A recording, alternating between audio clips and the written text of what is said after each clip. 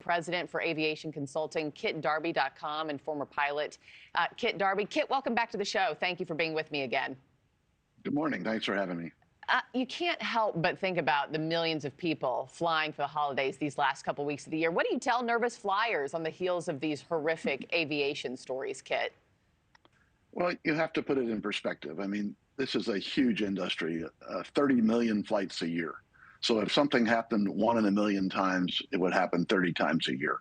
So that is a huge opportunity for things to go wrong. And, flying, we're going along at 600 miles an hour at 35,000 feet.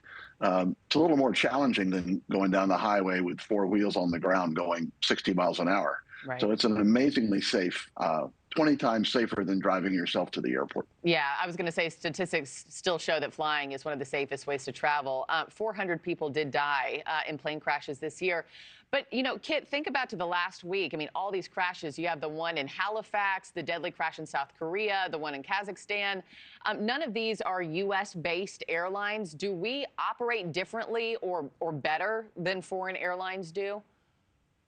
Well, we do a lot of it, and then, of course, that makes us good at it with lots of practice. We do have some procedures, experience requirements, and things that the rest of the world doesn't enjoy.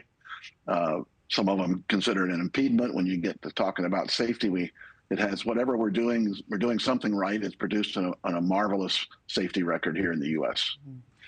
Also, talk to me about bird strikes, Kit, because with the Azerbaijan plane crash, Russia early on suggested a bird strike was to blame. Now, many people are casting doubt on that. But South Korea, that tower had issued a bird strike warning shortly before those pilots declared Mayday. How common is a bird strike, and does it usually end in devastation like this that we've seen? Well, certainly doesn't normally end like this. Bird strikes are very common. I would equate it to driving down the highway and hitting a bug.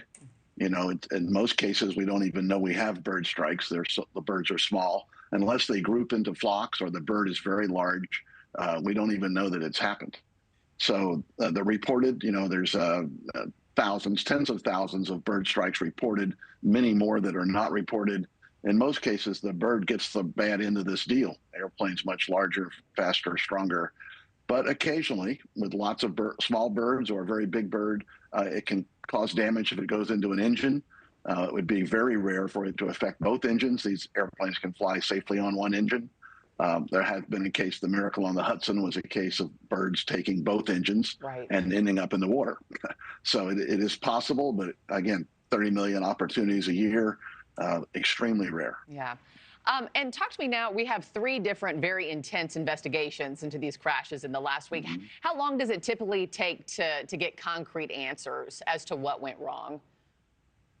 Well, it really varies with the information available. The flight recorders, the voice recorder, and the aircraft systems recording have been available in both of these most recent accidents, and that will speed the information, and we'll know what happened.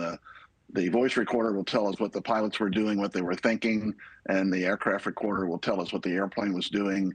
It'll take a week or 2 at the most to read that and certainly enlighten the investigation. But the final investigation could easily take months or even years. Yeah, and you just think about those families who have to wait that long to figure out what went wrong. Kit Darby, as always, thank you so much for hopping on with me. Appreciate your time. Thanks for watching, everybody. Go to joinnn.com to find NewsNation on your television provider. Also, don't forget to click that red subscribe button below to get more of NewsNation's fact-driven, unbiased coverage.